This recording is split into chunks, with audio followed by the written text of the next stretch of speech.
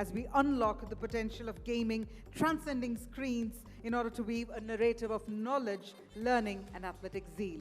Now, to spearhead the session, we have with us Dharmender, Jhamb, Partner Financial Services Consulting at Grant Thornton, Bharat LLP. So I'm going to invite Dharmender to please come on stage to spearhead the session. Joining him, if I could please invite Abhishek Kumar, Vice President, Paytm First Games, Ashish Kulkarni, Founder, Punnaryug Creative Vision, and Joy Bhattacharjya, Director General FIFS.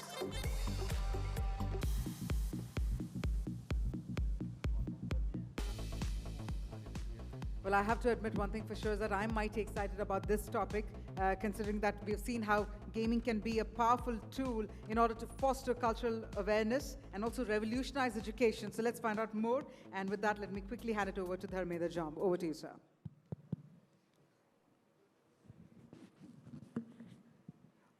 Yeah, good afternoon, everyone. So first of all, thank you so much, panelists, and I think first of all, I would like to introduce the panelists. The names which are here as part of the panel, Abhishek from the industry perspective, First Games Vice President, and he's handling the business at Paytm First Games, and he'll give us a perspective of user base, actually the perspective of users in imbibing the cultural, educational aspects through the online gaming. What is his experience? Ashish is the one who has, you might not be aware, coined the terms AVGC way back in 90s. He is kind of a creator of popular series like Little Krishna and Krishna and Kans, Shaktiman, and created games on those cartoon series. So he'll share experience about the cultural or mythological, how those aspects can be included in the games, and the monetization potential of this, because we have game developers in this room. So the focus would be on, of course, inclusion of all these in the games, and is there a monetization potential? And then we have Joy from the fantasy game perspective. Like fantasy games, he was one of the first creator of fantasy game in India. He'll bring perspective that how fantasy games actually imbibe the habit of like community building, having a sense of game. You watch cricket, but if you play a fantasy game, then you'll get to know how team building happens. You cannot pick all the stars. You have to pick some players which are not that much high value. How should you be disciplined? And how you should be managing your teams.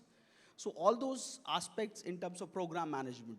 So how these actually games inculcate habit or education or skills into the users or the players base. Earlier in the day, I think users will come and speak about their experience and their learnings from this game, from online gaming. So starting from Abhishek. Abhishek, you have seen the gaming ecosystem. Paytm First Game was one of the first gaming organization. So how do you see that developer community? First of all, having an IP of a game is a tougher part. Then creating business out of IP is a much tougher task. So what do you think that a developer can do to generate a business model, an alternate business model? Like all games cannot be based upon ads revenue, in-app purchases, or subscription model. What could be the alternate monetization model that developers can have in their game? Suppose a college pass student has developed a game, but how to get business or build business out of that? Just share your experiences, learnings, how in First Games you actually developed it.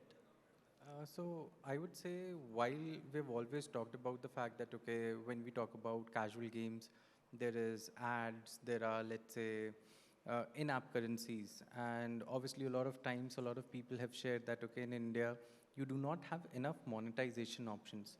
I would say, as a country, we might have not tried a lot of different models from that perspective. For example, when we talk about a simple game, so let's say a lot of people might have played different types of games that, okay, there's a ball that is being thrown from the top of the screen and you need to catch it with the basket. So the simple game can be replaced with maybe a burger from McDonald's or anything else from any other industry. And as a developer, I can go ahead and I can sell this game to McDonald's, as a matter of fact. Similarly, a lot of developers out there that I see today are trying to basically follow a business model which is mostly around ads and in-app, and where they struggle. So maybe where we should go is basically we should try to look at different partnerships. Maybe for example, we are a country of 1 billion people.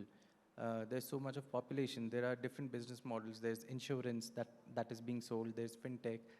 And there are a lot of these different government agencies as well. So maybe what can be done is basically we create a game or we reskin games that allows these agencies, a lot of these companies basically, to promote their sector. So for example, let's say, and that can be done for something, let's say, even a religious thing. So I'll give you an example. Akshardham Mandir in Delhi, right? So they use a laser show to show the cultural heritage. At the same point of time, that can be used in form of a game that, okay, in the future, when the Gen Z is coming, that game can be converted for an app that a user downloads when they exit the temple or when they enter the temple. And they can basically help us, generate revenues from these different organizations that actually want to empower more users to basically try out their products and then again take it forward from there. Thank you so much. So this is interesting. So alternate business model for games for a new age developer. So this is good. Ashish, you have been like pioneer, I would say, in terms of developing mythology-based games. And there are multiple games in the market like Kidopia, and which have demonstrated that how games can actually lead to a interactive or a active learning at the early stage for 2 to 6 or even 10-year age games. So would like to understand that the monetization model, of course, it will add to the education, but whether there is apart from free subscription, is there a monetization model, the Little Krishna game or Shaktiman game that you developed? What was the learning from all those games? Were those profitable? And how in future the games based upon mythology or these cultural aspect can be developed and monetized? So Dharmender, I think it's a good point. We started it in early 2000, but the first focus was always on creating the intellectual property and put it out into either a television series or a feature film and have a passive experience, and then convert that into an active experience to extend it in various forms. So there were certain aspects of Krishna's life where we felt that needs to be promoted in a different way and the kids would enjoy it far better than watching a television series, was converted into a game. So much so, like I remember in 2010, after the release in 2009 on Nickelodeon, we had as many as 1,60,000-70,000 parents writing to us that please ask Amul to give us white butter instead of yellow butter, because now kids are demanding this because they were playing a butter game. So what we felt is that, there are different levels of engagement with your consumer. And the experience has been that the passive way, the understanding that you have, like you go to the class of 60 people and the teacher is teaching you something, and it's a passive way of learning. And then all 60 people have different levels of attentions, different levels of understanding it and, putting that to the right perspective.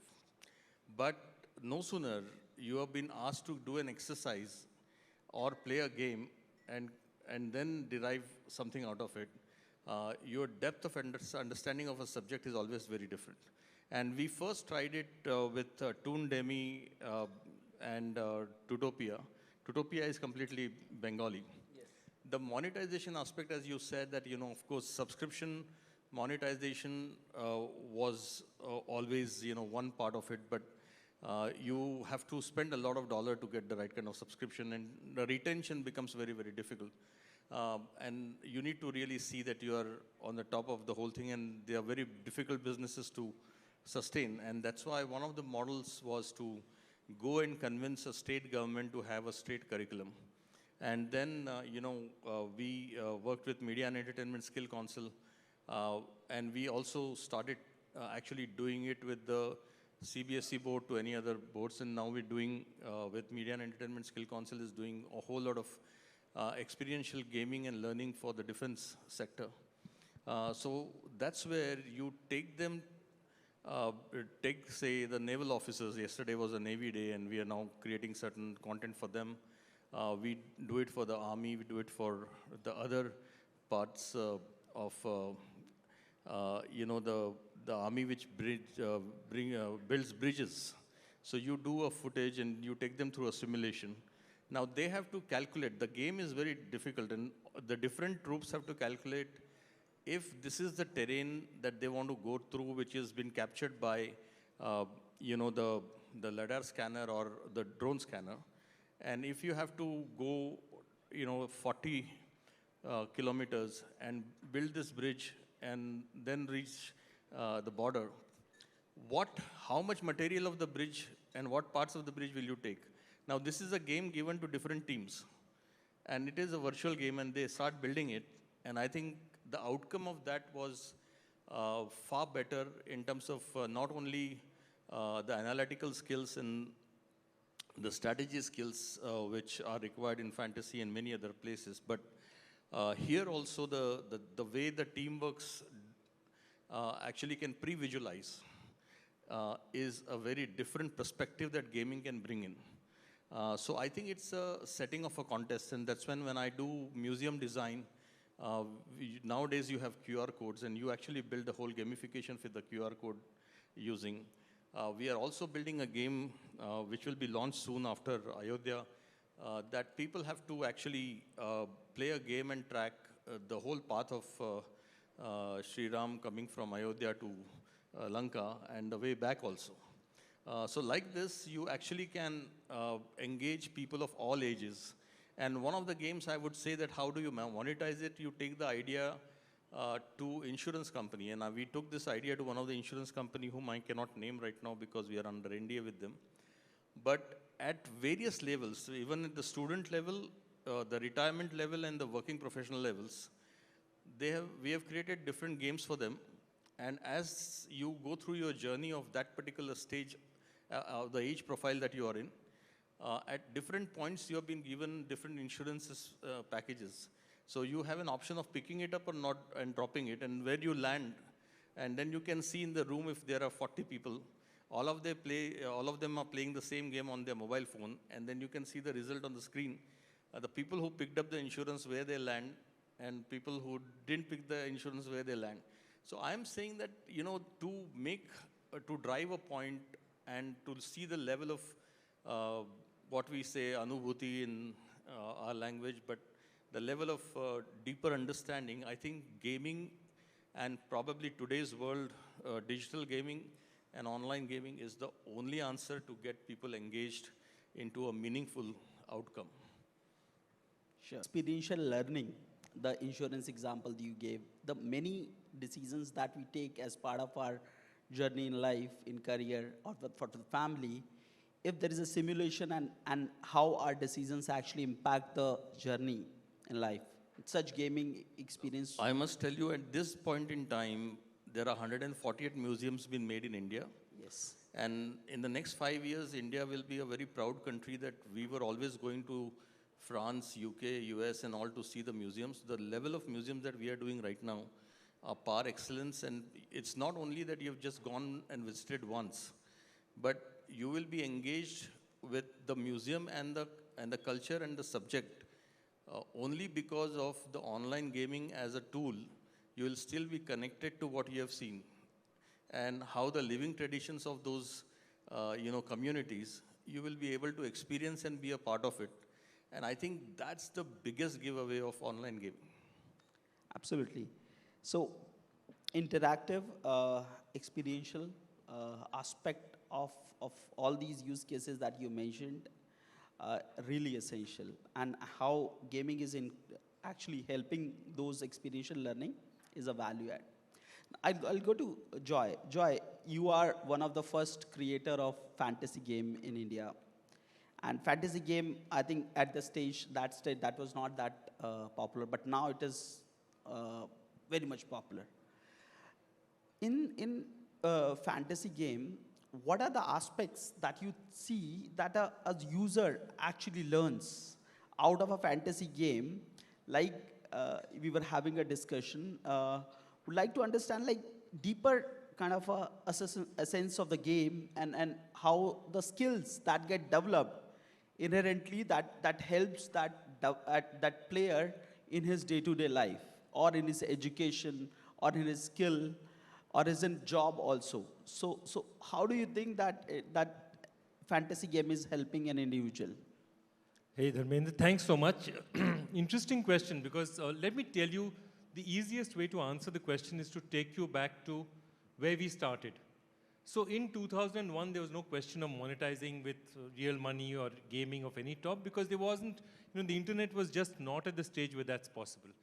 So then where did we started a game called Super Selector, which was a cult game in its own time in ESPN Star Sports. So then why do we start it? Clearly, we were not doing it to make money. So then what was the reason for doing it? So the reason was twofold. Very simple. Part one was there are a million cricket fans in the country, and there are a million cricket selectors in the country. Every person who's playing cricket thinks he can pick the best team possible for India. Go to any forum and you'll find out that the one discussion is, ise kyun nahi liya? What position should Shreyas Iyer be batting at? Why is Surya Kumar Yadav in a test team? These are the discussions you'll find. So we said all these people are there. They've got opinions, they've got thoughts about how cricket is. Can we give them a platform to express their ability, to express their expertise in the game? That was part one. Part two was, how do I deepen the experience for them? That means I'm not just watching passively, but hey, a team of mine is playing as well. Somebody is playing out there for me. And the difference is that means I'm so much more involved. My batsman is batting. What a good fantasy game does is, it puts it in such a way that you can't pick only stars. So you're forced to try and pick other players who are not stars. You're forced to pick other players who you have to do research on and say, okay, this guy may not be a star, but he's a good player. So your interaction with the game deepens. And in those days, your interaction with non-India cricket deepened.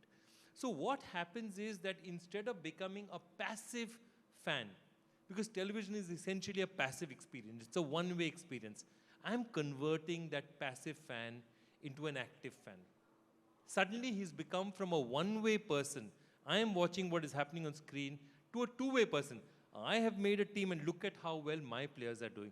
And not only am I doing that, today with a second screen, I'm turning around and I'm discussing this with my friend.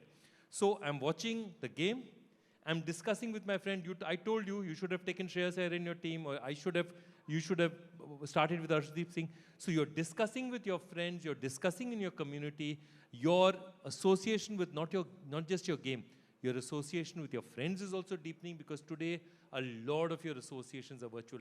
So when you look at it, the entire package has very little to do with just saying, okay, I want to put, I think these are the players I want. It's about interacting with the game, and suddenly from becoming a passive participant in a cricket match, a passive viewer, I'm becoming an active participant in this. And that is the heart of all fantasy sport. Fantasy sport at the end is about empowering a spectator and saying, you also have your opinion counts, and if you're really good at it, you can actually make a living out of your opinion. So that's what fantasy sport is all about. in, as you're saying, in community building, that deeper interaction with the fellow game players, your friends, and deeper observation about the game. That otherwise a passive watching game to actually experiencing the game by taking decisions based upon the actual game. And also the discipline that once game starts, I have to be there and actually participate in the game. So that's extremely helpful.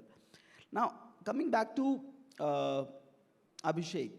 Abhishek, in first games, you have seen the importance of having IP, of having an IP of a game.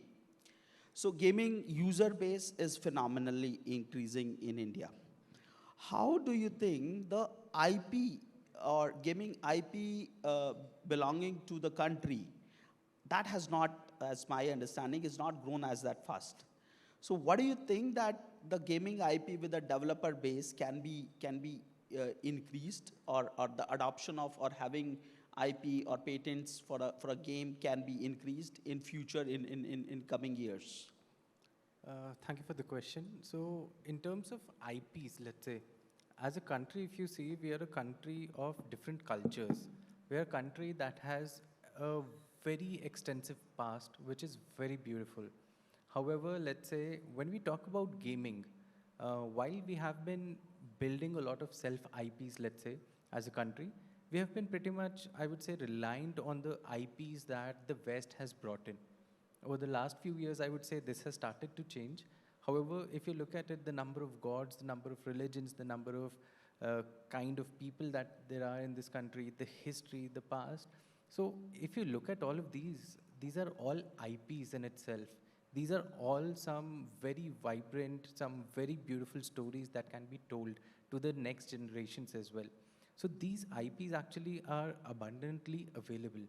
All we need to do is, like the West has been basically talking about their own culture, their own IPs over the years. Now we need to actually dig deep into what belongs to India, what is the message that we want to send, and there are numerous of these IPs which are available out there in the market, I would say, which can be like Ashish was talking about, that they are making so many amazing games, the way they've brought in their own games, let's say, on Kana, etc. So what have they've done is they've taken a story, what they're doing with, let's say, Ramayana as well. They've taken a story which is the truth of our country. They're making it into an IP. They are actually spreading that message out to the masses. And this not just helps a development community find a story that people would be interested in, but also at the same point of time promotes culture, promotes diversity in our country, allows people to actually know more about these IPs and the stories. So on that note, I would say the IPs are available there. All we need to do is dig deep, do a bit more research in terms of what our past is. And the only thing is that, okay, how do we promote it to the masses? How do we make these IPs engaging enough so that, let's say, a 10-year-old kid, let's say, when they play those games, they are able to relate to it, they are able to understand it. At the same point of time, a person who's a 30-year-old person, when they play, they are also able to live through that journey. So, I see when you're talking on IP, I Sure. would like to give you one example out of our research. All of you that, you're here today, I want you to somehow reach out to a movie called The Legends of Bagger Vance. The Legends of Bagger Vance was the movie made in 2000. Will Smith is a golfer and he's got a golf teacher. And they have 18 sessions of golf. And this 18, Bill Smith in the movie, if you see that movie just like this, then it's a normal movie for you. But if you really know deeper, it's about the IP that he's talking about. Will Smith is Arjun as a golfer. The teacher is Krishna as the golf teacher. And they have 18 sessions of 18 adhyay. And the way he's actually taken them through. And now I think we can create a fabulous game that people can go through and actually consume that. So much so you're talking about the culture.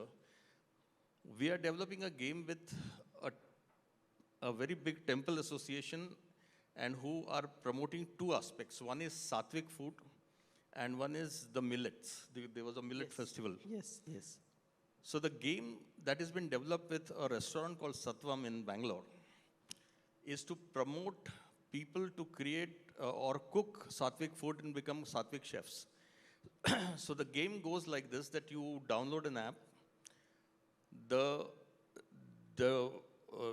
recipe, the dish is given to you, that this is the dish that we're going to prepare, or this is the thing, the general recipe is given to you. But the ingredients at every stage are different because they want Punjabi to make it differently and people in Kerala to make it differently because they are going to use coconut and somebody is going to use something else.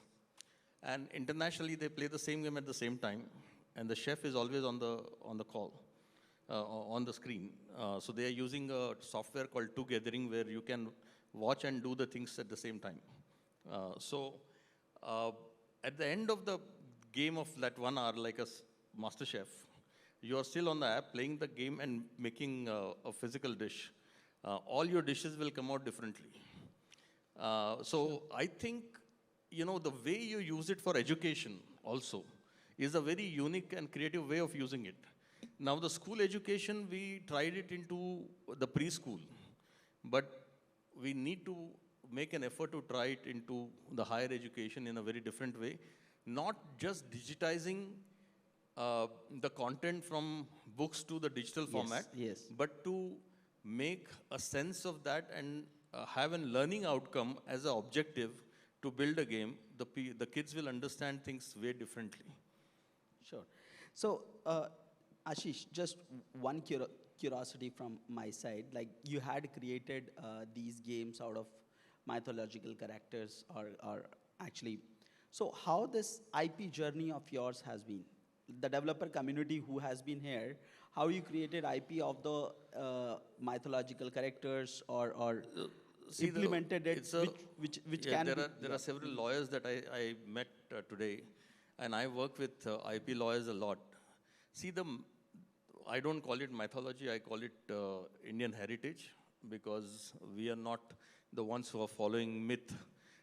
So that's a different way of thinking. But I think those are the information systems into the public domain. Okay, you cannot own it as an IP. The representation of that in the form of your creation can be registered as an IP. So that needs to be understood, that every time you actually create your version of it, that version can become your IP, and that can become monetization IP. So when we created Little Krishna and Krishna or Kans, we realized that whenever the Janmashtami comes, you go to Mumbai streets or Bangalore streets or any of these streets, our image is very openly used. So the first 2 years, we tried to send them notices and all, and then we said, let it go and let them make it viral. And even today, after 15 years, that image comes back every Janmashtami. So it's up to you how you can safeguard that IP, but how do you popularize that IP? So that image that you create is your IP. The story treatment that you create is your IP. The game treatment that you create is your IP. And you need to see how you can register it and safeguard it and monetize it for a longer period of time. Sure. Thank you so much. This is too much kind of information for particularly on IP, how it can be grown. So, Joy, coming back to the fantasy part of it.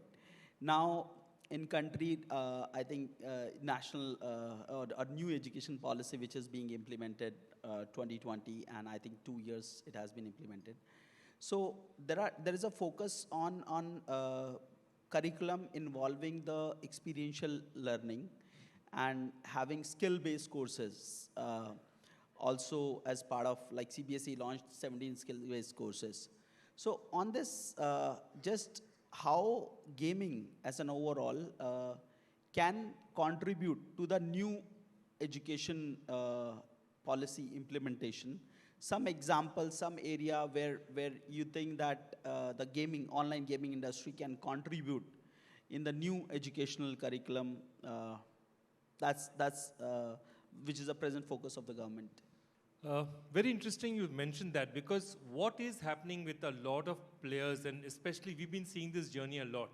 So when you start getting into understanding the first thing you did, and if you're a bit of a nerd, because see again, gaming is not for everyone. If you're a bit of a nerd, what have you done? You've copied down stats. You've looked at stats. In my time, you used to copy it down in textbooks and make your own book cricket scores and do that. Today, they do it on Excel sheets. They follow players. They follow stats. So that's the direction, okay? From them, it comes to saying that, okay, I know so much about cricket. Fantasy gaming is my way of showing how much I know and how much interacting with other people. And a lot of these people go on to, as I said, STEM careers, careers in mathematics, careers in gaming. A lot of them enter gaming companies like Dream11. A lot of the people you will have there, the engineers you have there, Fantasy Akra, they will all be people who are into and crazy about stats and cricket, and one of the ways they've got into it is fantasy sport. So fantasy sport is a huge driver, because at a particular age in your life, it makes you understand, play, and participate in a community of other people like you who are interested in numbers, who are interested in how to strategize for cricket matches.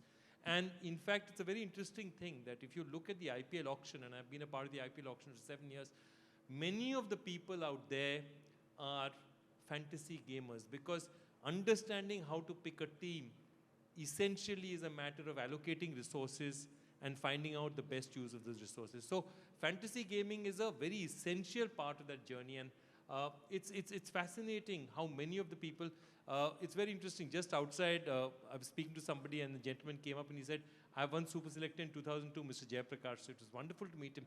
But so many other people have come up and said that, you know, we were in Infosys and we started doing this, and then we really got interested in this whole, basically theory of gaming and how to, so that fantasy is that beautiful pathway there where through your passion of, say, a cricket or a football, you're getting into more into mathematics and analytics. So it's a perfect fit. Absolutely. So I think, yeah. Just one quick thing, you know, I like what he says. I think all the selectors of the sports team should go through a rigorous fantasy game before they actually go in selection. But I think on the education you were saying, I just want to make one point that in the future, the gaming industry will have to also convince the education ecosystem to work for, to get arts and sciences together. And arts and sciences cannot work in two different silos. Absolutely. And that's where we will see the success through the education policy that is getting implemented. Thank you. Thank you. I think we are at our time. So thank you so much, Joy, Ashish, and Abhishek, for bringing in perspective on how actually from the IP perspective, how from the business modeling or monetization perspective, from the cultural perspective, and from the fantasy game perspective. We got all the three perspectives for the developer community or the user community who's here. So thank you so much for being part of this panel. Thank you so much. Yep.